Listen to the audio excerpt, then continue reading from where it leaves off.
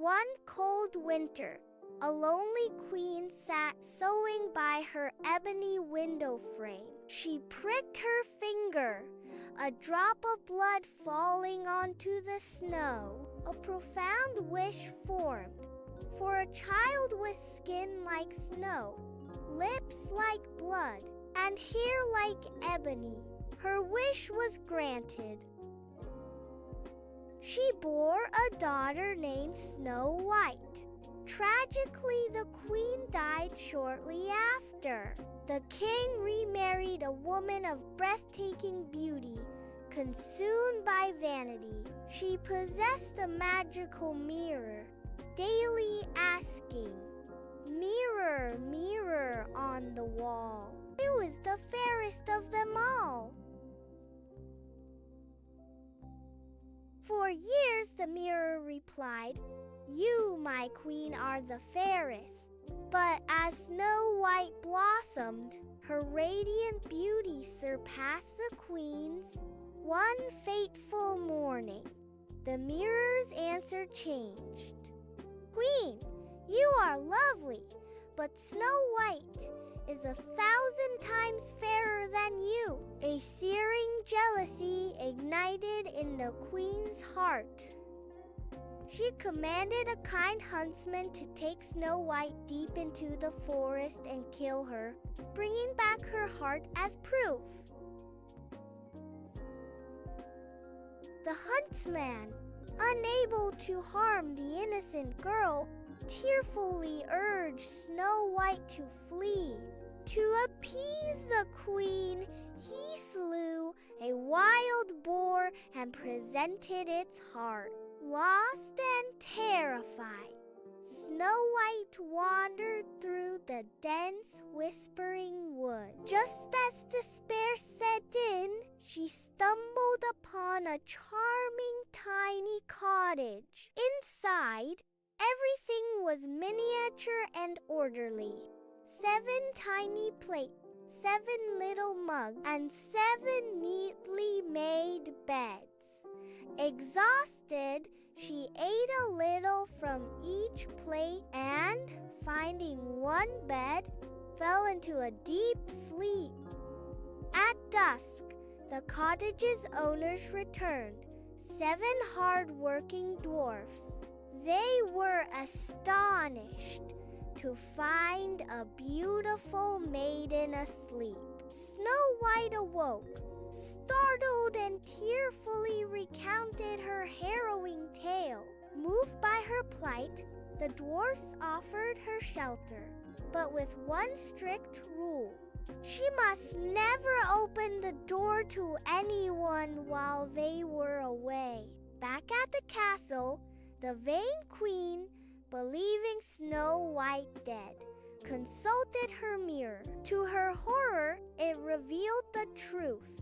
Snow White, high in the mountains with the 7 dwarfs, is still 1,000 times fairer than you.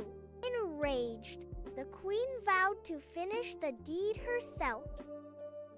Disguising herself as an old peddler, she journeyed to the cottage. Snow White, forgetting the warning, opened the door. The peddler offered a beautiful, intricately laced bodice. As the queen tightened the laces, Snow White gasped and fainted. The dwarfs returned just in time, cut the suffocating laces, and revived her. Undeterred, the queen tried again, disguised as a different old woman, offering a glittering poisoned comb. Snow White, again forgetting her promise, allowed the woman to comb her hair. The moment the comb touched her scalp, she fell unconscious. Once more, the dwarfs arrived, discovered the comb, pulled it out, and Snow White slowly came back to life. Finally, the queen crafted a magnificent, deadly apple. One side was pristine white, the other a tempting, vibrant red. Disguised as a farmer's wife, she approached the cottage. Snow White, wary, refused the apple. To prove it safe, the queen bit into the white side.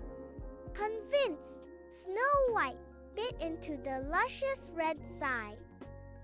Instantly, the poison took hold, and she fell, seemingly dead. The dwarfs, finding Snow White lifeless, were inconsolable. They fashioned a magnificent glass coffin, adorned with gold, and placed her gently inside, carrying it to a peaceful forest hill. There, they kept a constant vigil, for she still looked as if she were merely sleeping. One day, a handsome prince, riding through the forest, I saw the radiant maiden in the glass coffin. Captivated, he learned her tragic story and pleaded to take the coffin to his castle, promising to honor her. Reluctantly, the dwarfs agreed.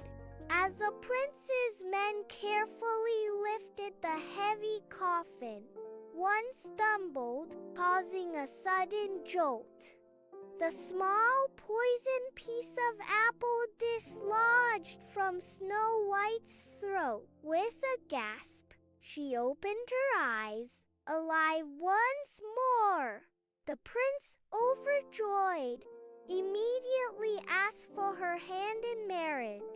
Snow White, her heart filled with gratitude, happily agreed.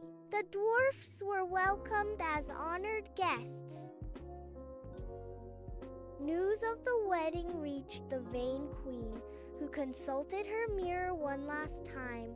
Snow White, it declared, is now queen, and 1,000 times fairer than you. Overcome with rage, the queen attended the wedding in disguise. Upon seeing the radiant bride, she recognized Snow White and, consumed by her own evil, turned and fled, never to be seen again.